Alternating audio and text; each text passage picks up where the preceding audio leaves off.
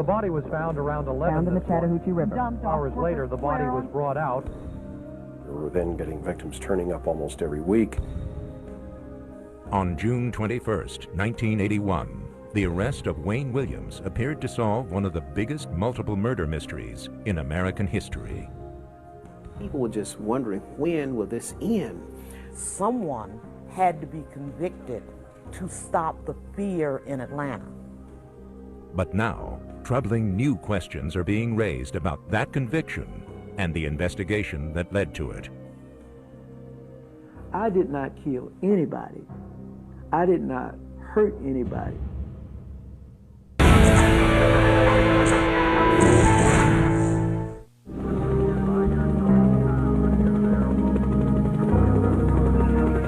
Action News is next on WSB-TV Channel 2. It's 11 o'clock and there's a curfew in Atlanta. Do you know where your children are?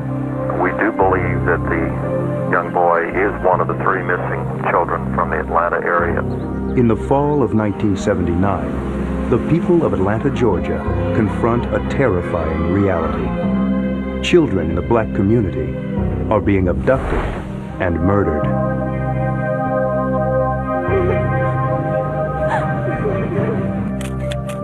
Jeffrey Lamar Mathis, 10 years old, missing since March 11th when he left home to run an errand. So I called Jeffrey, which was back in the back, and I said, Jeffrey, ma'am, I said, come in and go to the store for me and get me a pack of cigarettes. And I gave him $1. He went out the door, and I never seen him again. Across Atlanta, one grim case follows another.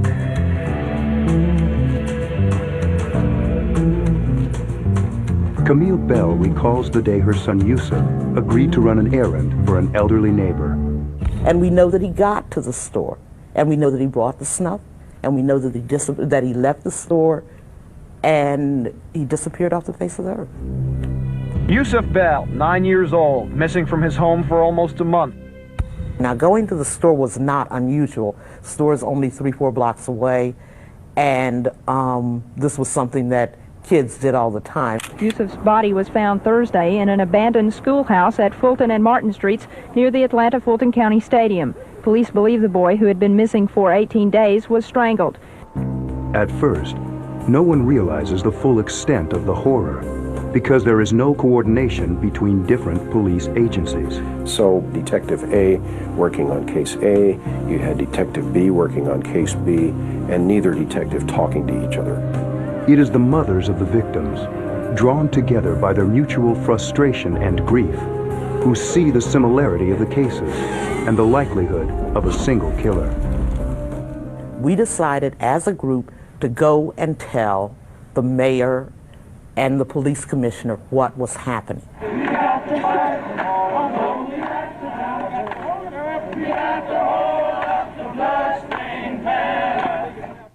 It was horrible because you had African-American elected officials who couldn't seem to get a handle on what was going on with the death of these children and some adults. And it was very embarrassing. Finally, on July 17, 1980, Mayor Maynard Jackson announces the formation of the Special Police Task Force on Missing and Murdered Children. Somewhere out there knows what we're looking for, knows who's doing this insane series of acts and attacks on our children. Atlanta Public Safety Commissioner Lee Brown went on local television to ask for help. If you have any information, please call the Special Task Force on Children at 658-6818. In part, because all the victims are black, rumors begin to circulate that the Ku Klux Klan is behind the killings. Many Atlanta citizens, black and white, believe the city may be moving toward rioting and widespread racial violence. On October 13, 1980, another tragedy pushes fear and anger to the breaking point. The explosion was so intense, it blew the roof off, threw little children outside, killing 4 instantly. The explosion at a daycare center convinces many in the black community that they are under siege. Maynard Jackson, the mayor of Atlanta, was called to the scene, and he had to get on a bullhorn and quiet the crowd down and calm them down. That's where we need to be. And at that point, you could sense there was something building in Atlanta. It is later revealed that a faulty boiler is the cause of the explosion. But the event galvanizes the city. The black community demands answers. City Councilman Arthur Langford initiates a community-wide effort called Saturday Searches. On the very first Saturday, volunteers combing a vacant lot discover the remains of 7-year-old LaTanya Wilson. The searches continue as more bodies are discovered. Atlanta's nightmare makes headlines around the world. Finally, yielding to political pressure from Atlanta's mayor, Washington sends 200 FBI agents to the city. The murders continue and the fear mounts. The city offers a $100,000 reward for finding the killer or killers. When Muhammad Ali announced he would add to the reward fund, making it $500,000, even city officials were surprised. They had been told early this morning Ali was planning to contribute, but they had no idea it would be that much. Even more money is raised when Frank Sinatra and Sammy Davis Jr. stage a concert to benefit the task force investigation. Finally, President Reagan names Vice President Bush to coordinate federal and local efforts.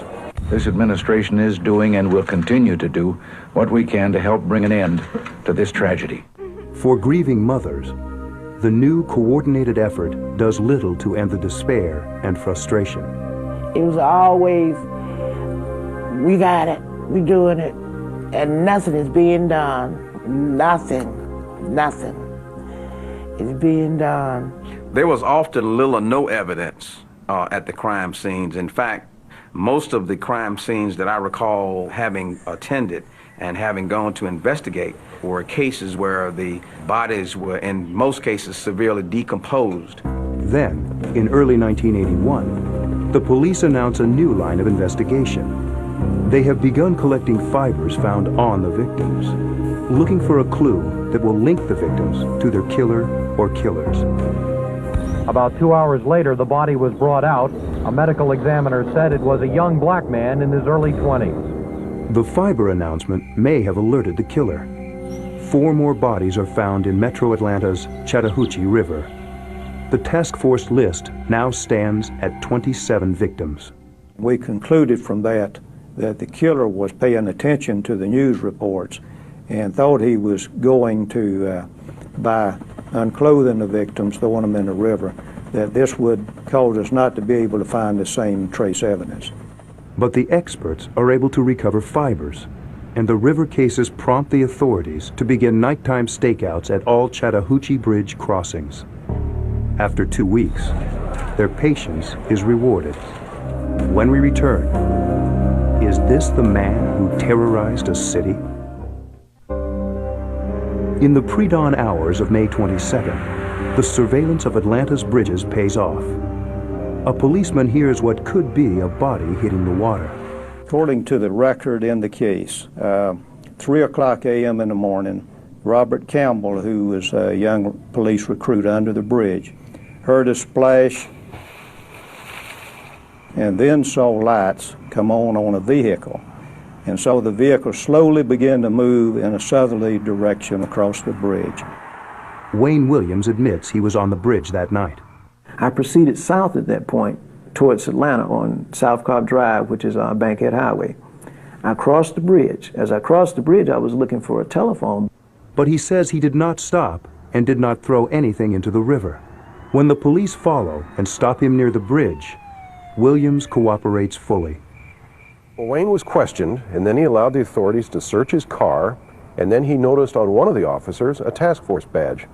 And I looked at him and said, "Oh, you were the task force." And by that time, the FBI agent walked back up, and he didn't say anything. And I said, "Oh, this is about those kids, isn't it?" And that was exactly what I said. And they questioned him some more, searched the car, and then they let him go. 3 days later, on May 24th, the body of Nathaniel Cater was found, less than a mile downstream from the Jackson Parkway Bridge. The oldest victim yet, 27, was found in the Chattahoochee River. With this discovery, the authorities decide that Wayne Williams is the prime suspect. 13 days later, the FBI questions Williams at their office for 12 hours. And when I got back upstairs, my dad was in there. And at that point, I just broke down and went to crying with my father. I said, you know, what's going on? In terms of our efforts tonight, we have not ended up with the information that would result in an arrest. The last thing that was said as I was leaving the office, McGrath, and I'm going to use his words, looked at me and said, I'm going to get your ass. By that time, the media vans had started to camp out at Wayne's house, and the circus began for the next 17 days. All right, everybody on this property are pressing against you two criminal trespass. When you're trying to get in your own home, you've got to literally fight your way through a sea of people. And in our efforts to try and get these people away from the house so we could have a normal life, it was frustrating. Meanwhile, a lawyer for the man questioned, Wayne Williams, said he would go to court next week to try to stop harassment by the news media and the police. The news is saturated with information about him. 23 years old, he still lives with his parents, who are retired school teachers. He is their only child. His early years were promising.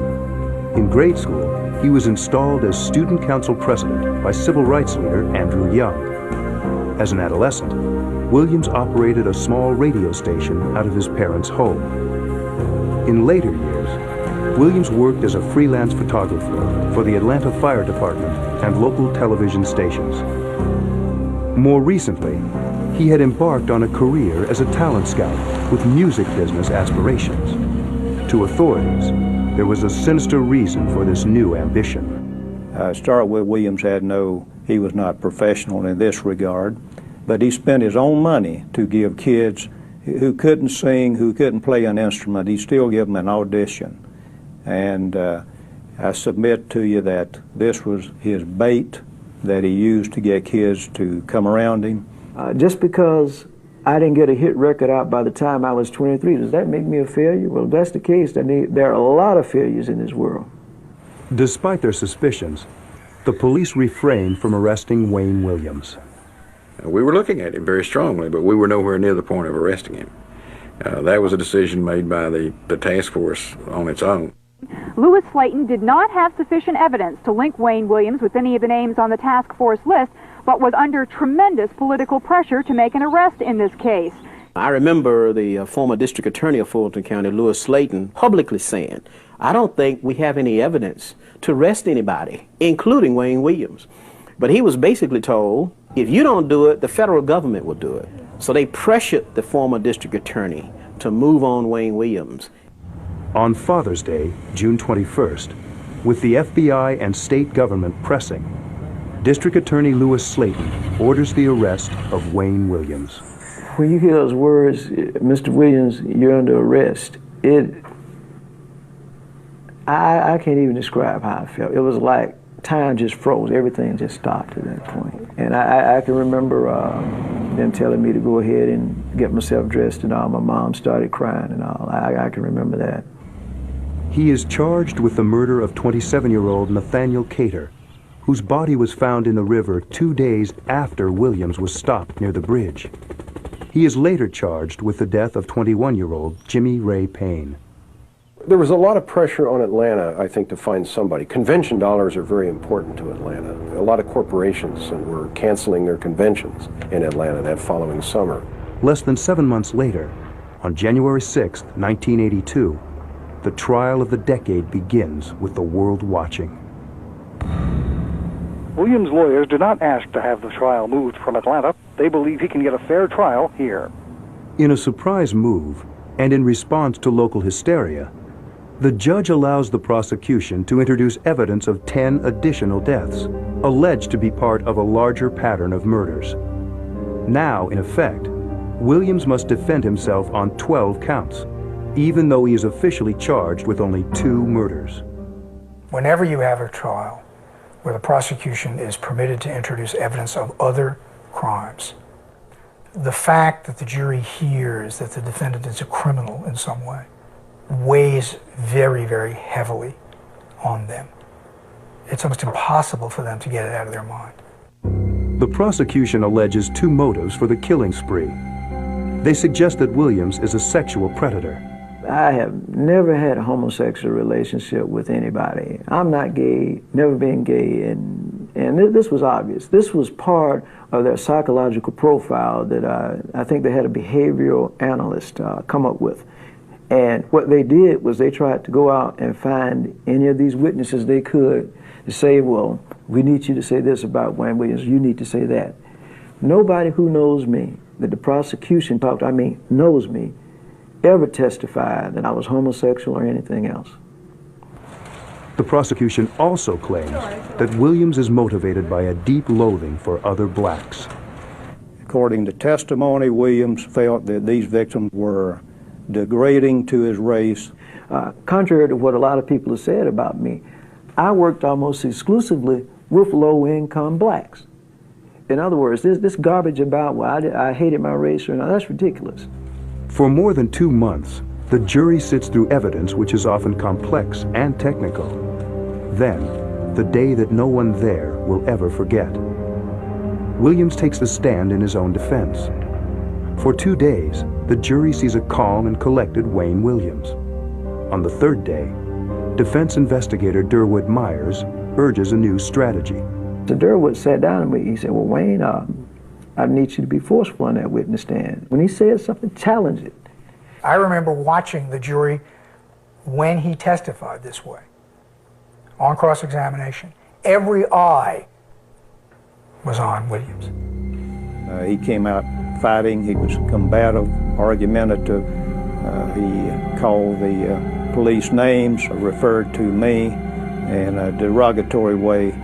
In my heart, I honestly think if that incident had not have happened on that witness stand, I wouldn't be sitting here right now. On February 27, 1982, the jury finds Wayne Williams guilty of murdering Nathaniel Cater and Jimmy Ray Payne. That after 9 weeks of hearing evidence, the jury in this case was out and deliberated only one day, and came back with a verdict. They were convinced beyond any doubt of his guilt.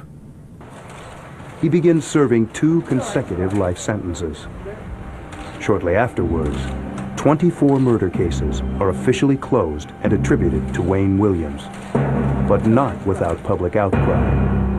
Parents came forward at that point and said, don't just close the case. If you believe he did it, try him for them. And they said they didn't want to waste the taxpayers' money. The blanket closing of the books, I think, is what created so much outcry among families of these children. The authorities are trying to close the books, to have the media attention focused away from Atlanta on these negative killings. The closing of the cases effectively branded Wayne Williams the Atlanta child murderer. When we return, why many believe Wayne Williams was framed. One fact seemed to confirm the guilt of Wayne Williams. After his arrest, it appeared the killing stopped. The killing stopped. Practically stopped dead in his tracks. So I think he was the man. Dr. Joseph Burton, chief medical examiner at the time for DeKalb and Cobb counties in metro Atlanta, says it's not that simple. But by no means did the deaths of young black children and young black men stop with the arrest and conviction of Wayne Williams. I would say that there was a change in profile in the finding of bodies of deceased young people around Atlanta.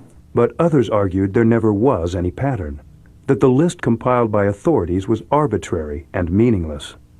The only thing that was common among all the victims on the list was they were black. Chet Detlinger was the former assistant to the Atlanta chief of police. Well, in this case, if you look at it real strongly, you had victims who were shot, you had victims who were strangled, you had victims who were stabbed, you had victims who were bludgeoned, you had victims who were suffocated, and most of them were, quote, unknown. They don't know how they died. Detlinger and Los Angeles Times reporter Jeff Prue wrote The List, a controversial book that attacked the task force list. There was no pattern per se that I could really see other than that they were dead. Even public officials had doubts about the way the list was being compiled. Dick Hand was the public safety commissioner for DeKalb County at that time. The list that was created by the task force, in my own personal opinion, was an artificial list. I've never felt that all the people involved on that list were directly related to Wayne Williams. I think there were cases on there that should have never been on the list. There was no single factor, no smoking gun or no signature that said this case and this case and this case are people that have been murdered or killed by the same individual. But the list served the prosecution's purpose. It was a way to link the killings to each other and to Wayne Williams. They chose 10 cases from the task force list, 8 children and 2 adults. This in turn allowed the prosecution to introduce different pieces of evidence from the 12 different cases. The most important evidence linking Williams to the victims was minute textile fibers. Well, without the fiber evidence, they probably couldn't have convicted him because there was simply insufficient evidence to tie him to the 2 murder victims for which he was on trial, let alone any of these other children.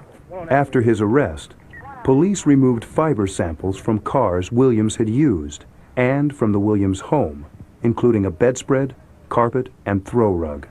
Fibers are not the basis of an absolute identification by themselves. Now, at some point in time when you have multiple fiber matches, you reach a probability, even though you can't determine a number, where it's so small that it essentially is an identification.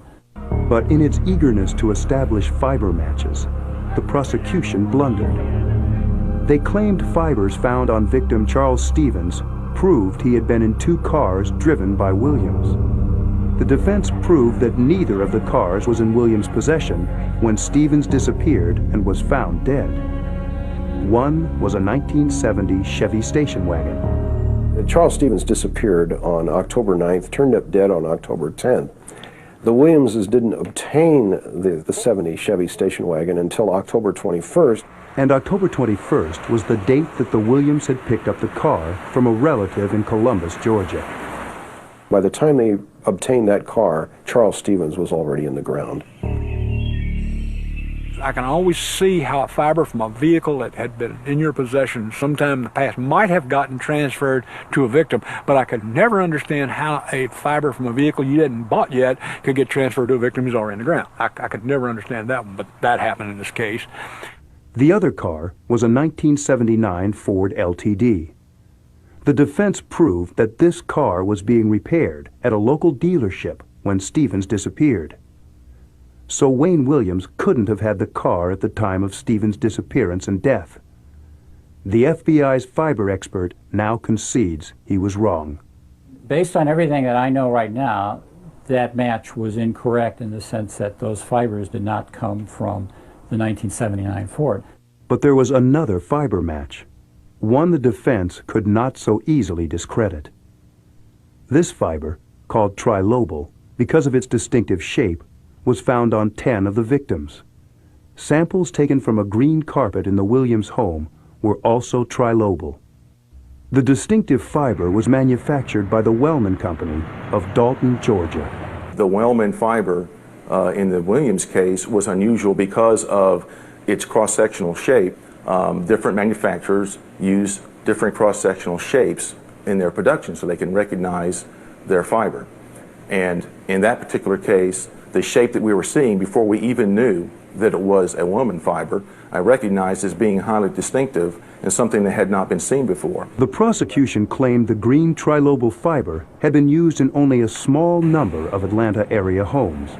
I went to Wellman and talked to the folks up there, and what I found out was, first of all, they questioned only about the carpet found in Wayne Williams' house. At the time that these crimes were committed, there was, in my opinion, very little carpet like the Williams carpet in the city of Atlanta. Wellman made 3 or 4 or 5 different rugs with the same fibers as the Wayne Williams rug. But more importantly, they didn't count the commercial fiber, which went in apartments and bowling alleys and businesses and every place else. So what they made sound like a very, very small number of possibilities was actually much broader than that. But there were other problems with the physical evidence as well. When police found a type B blood speck beneath Williams' car seat, it matched none of the victims. The prosecution was left with only one choice: add another victim to the list. And it dawned on the authorities that they didn't have any type B victims. in their list. So they went out and got a 28-year-old stabbing victim who had died in April of '81, named John Porter. And he had been stabbed in downtown Atlanta, and he was a type B victim, and they went ahead and added his case not only to the list, but to the pattern, the 10 pattern cases. He had fibers on him, so the question was, do you use it or do you not? It appeared to be similar. We used it. It's sort of like the fiber evidence. It could not stand alone to link Wayne Williams or anyone else to a particular crime. By itself, it would mean nothing, basically. When we return, has an innocent man been behind bars for more than 20 years? Wayne Williams had first become a suspect the night police say he threw the body of Nathaniel Cater from the James Jackson Parkway Bridge. If Williams wasn't disposing of a body, what was he doing on the bridge at 2:50 in the morning? At the time, I was engaged in a series of music auditions for a company that I had, a talent company. And I think it was on May the 20th, that afternoon, there was a young lady that called by the name of Cheryl Johnson. Williams claims he had scheduled an interview with Cheryl Johnson. On the night he was stopped by police, he had been at a nightclub. On his way home, he says, he decided to confirm Johnson's address before their meeting the next morning. As I crossed the bridge, I was looking for a telephone because I was going to try one more time to verify this address that I had on Cheryl Johnson. In fact, Williams never succeeded in contacting Johnson. If she really did exist, she may have given him the wrong address and the wrong number. We're sorry. Your call did not go through. So I figured by now, well, you know, this was a wild goose chase, so I'm going to go ahead and head back to Atlanta. Now, over a period of several days, he was interviewed by the FBI, and he held a news conference, and he gave differing versions of that same story. It has always been held against Williams' credibility that he claimed to be crossing the bridge in search of a phone. Now, for the first time, he explains. Okay, well, I know a lot of people always have asked the question, well, how come if I were going back to Atlanta, I just didn't continue south on James Jackson Parkway and went back across the bridge? At the time these murders were going on, I knew these people were staking out from the bridges because I had a lot of friends who were police officers. And I'll be honest with you, I was just curious as to what I could see in the area that night. So I said, well, I've got to go back home, so I'll just go by this way to see what I can see. I don't think Wayne Williams ever stopped on a bridge. I don't think he ever came close to stop. I don't think anybody stopped on the bridge. They had to have probable cause, so they said, well, you know, this guy stopped on the bridge and his body went in the water. It didn't happen. I never stopped on the bridge. I never threw anything off the bridge, and nobody ever testified that I did. And there's more. There was a witness who said he met and talked with Nathaniel Cater the day after the prosecution claims Williams threw Cater's body off the bridge. There was also another witness, by the way, who said he saw Nathaniel Cater the day after Wayne Williams was supposed to dump his body in the water. The man was Jimmy Tightrope Anthony, and he wouldn't have been mistaken about Cater's identity. He and Cater were neighbors. Jeff Prue later interviewed Tightrope Anthony. Anthony told me that he was going downtown to pay his rent at the Healy building in the heart of downtown Atlanta, and that while he was entering the building, he happened to see Nathaniel Cater sitting nearby, and he said, "Nate, how you doing?" He says, "I'm doing fine. I got myself a new job." If Anthony's story was correct, Wayne Williams could not have killed Cater. The state was trying to tell us that Nathaniel Cater was dead either on the Thursday night, May 21st, or he was dead when he went into the water on Friday morning, May 22nd. But amazingly, the defense decided not to call Tightrope Anthony to testify because it did not fit in with their strategy. The other man Wayne Williams was convicted of murdering was Jimmy Ray Payne. But Payne's death certificate listed the cause of death as undetermined rather than homicide. Because you can't indict a person and charge him for unknowing somebody or undetermining somebody. You got to have a homicide before you can indict somebody for murder. Subsequently, medical examiner Sali Zaki changed the cause of death to read homicide. There's nothing strange or wrong with that. documents are amended or changed when need to be. In other words, he never changed his opinion. On the death certificate, it was down as undetermined. On the autopsy, which he had done, which was his official report of it, it was down as homicide. It was never down as homicide. In that report, it states that Jimmy Ray Payne died of asphyxia, which means he stopped breathing, by undetermined mechanism. That doesn't say homicide. During the trial, the defense questioned the medical examiner and got him to admit Payne might not have been murdered after all. And finally, under cross-examination, he says he couldn't rule out accidental drowning in Jimmy Ray Payne's death. For many, the deaths of both Cater and Payne remain mysterious. But if Wayne Williams wasn't the Atlanta killer, then who was? When we return, another death and another suspect.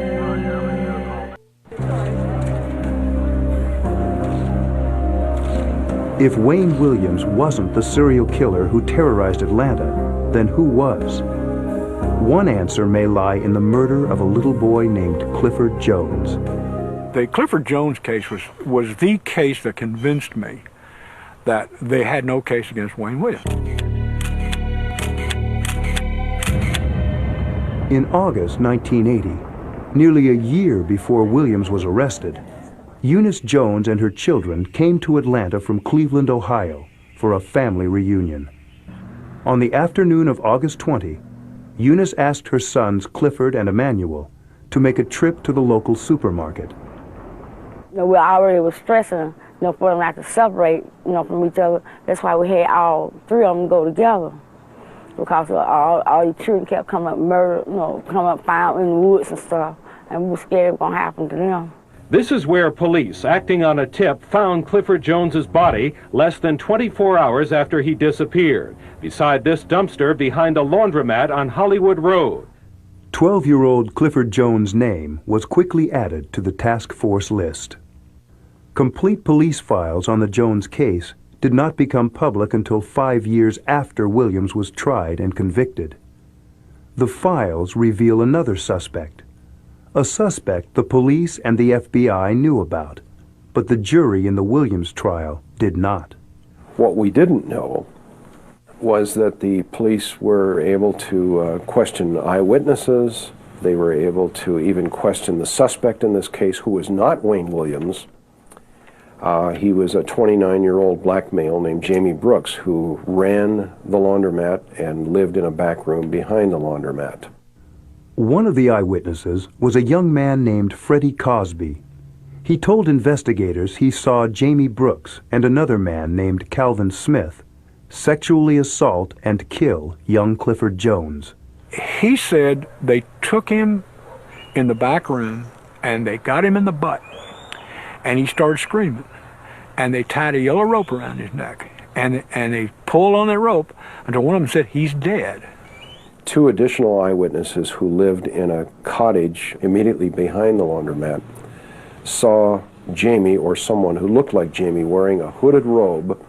And he was carrying something heavy draped in his arm, and it was wrapped in plastic. That's what they said.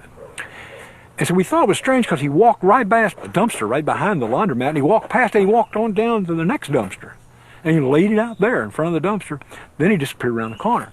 People across the street who saw the person from the laundromat carrying a bag to a dumpster, and they may well have seen a person carrying a bag to a dumpster. Detective Sidney Dorsey was present when eyewitness Freddie Cosby was questioned. Despite some inconsistencies, he remains convinced of Cosby's reliability. Based on the evidence that I heard given by Cosby and those who gave us testimony, even though it wasn't a positive identification, out of it been very comfortable in arresting Jamie Brooks and bringing him to justice. Jamie Brooks and Calvin Smith was had been questioned. They had to lie detector tests. They found all of them. But then they let both of them go. They knew that he had killed my baby, and they let him go. Because it looked like he was a very good suspect, and then everything that looked good didn't exist. it simply fell apart, and nothing matched as far as that person being a suspect. Well, you know, I mean, I don't know what other kind of evidence you need to at least charge a guy to murder. I mean, you talk about probable cause. They had plenty of probable cause. But what they said, they came up with a story that, well, the witness wasn't believable because he was retarded. He wasn't retarded because he named everything on my son's body, from his sports shirts to his sports shorts to his blue jeans up under his sports shorts to his green and white tennis shoes. There was a telling piece of evidence tying the murder of Clifford Jones to many of the cases: the unusual green trilobal fiber. This green trilobal fiber found on Clifford Jones was the same fiber that they used against Wayne Williams in the Nathaniel Cater and Jimmy Ray Payne cases. The jury never heard anything about Clifford Jones because the prosecution chose not to make him one of the 10 pattern cases. Had it been one of the pattern cases, they would have been able to put witnesses up on the stand who said, "I saw Jamie Brooks strangle this boy," and that would have toppled their case like a house of cards. In March of 1981, Jamie Brooks was imprisoned on an unconnected rape charge. In 1987, he died of AIDS. Strange thing, Jamie Brooks went to the penitentiary about the time these murders stopped. Isn't that interesting? You know, everybody says, well, Wayne Williams went to jail, his murder stopped. Well, when Jamie Brooks went to jail, murder stopped too. Clifford Jones' mother and brother do not believe the death of Jamie Brooks really closed the case, or that justice has been done. But, you know, being deceased does not justify what they did while they were still here. And they really need to be brought to justice. That's the only thing I'm fighting for, is for it to be brought to justice. And so my brothers can rest, you know.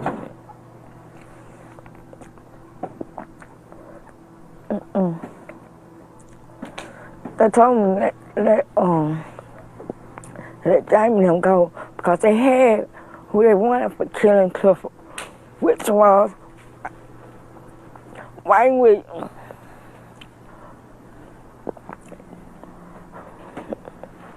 Wayne Williams ain't doing no time for killing my child. He ain't doing no time for killing now child. When we return, will the full truth ever be known about the Atlanta murders? The conventional belief, even today, is that Wayne Williams is the Atlanta child killer. But it may not be that simple. We still don't know where, when, how, or why these victims died. There should be no conclusion except that there was only one person that could have and did murder these victims, and he had been convicted. It's been upheld by the highest court in this state, and we now need to let it rest. One man does not wish to let it rest. In 1983, Justice George Smith was the only member of the Georgia Supreme Court who voted to give Wayne Williams a new trial. There just simply was not a common thread that ran through all 10 of these cases compared to the 2. One of the first things is, these were both adults. So they were using the children to prejudice the jury against the defendant because the 2 that he was being tried for were adults.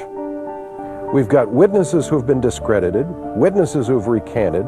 We've got possible Ku Klux Klan involvement that was never known to the defense during Wayne Williams' trial.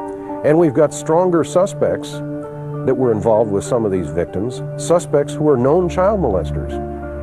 So you have to ask yourself, or I had to ask myself, how does one person, how does a Wayne Williams get 27 people together basically in isolated instances, manage to overcome all of them without obvious sign of any physical trauma having been inflicted?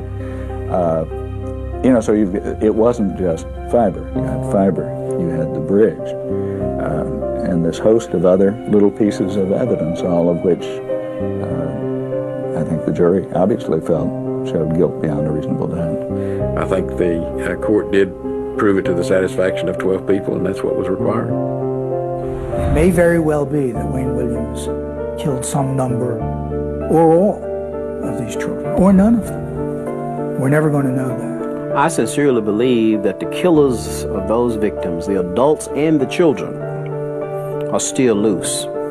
I don't believe he did it no more than I would go out there and shoot somebody myself. I have never believed Wayne Williams killed not only Yusuf, I don't believe Wayne Williams killed anybody.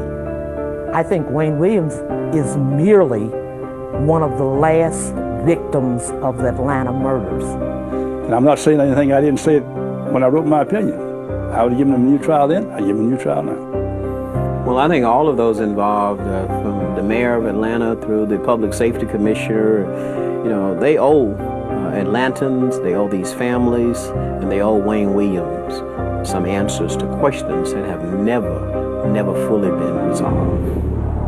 Wayne Williams has been in prison since his arrest in June of 1981, when he was 23 years old. At this point, what has to happen is the Georgia courts or some court has to have the courage and the guts to stand up and say, look, we made a mistake. There is no pattern, as the prosecution alleged in this case. Nobody saw Wayne Williams kill or hurt anybody. Is Wayne Williams an innocent victim of injustice, or is he a killer? At least one man, Wayne Williams, knows for sure.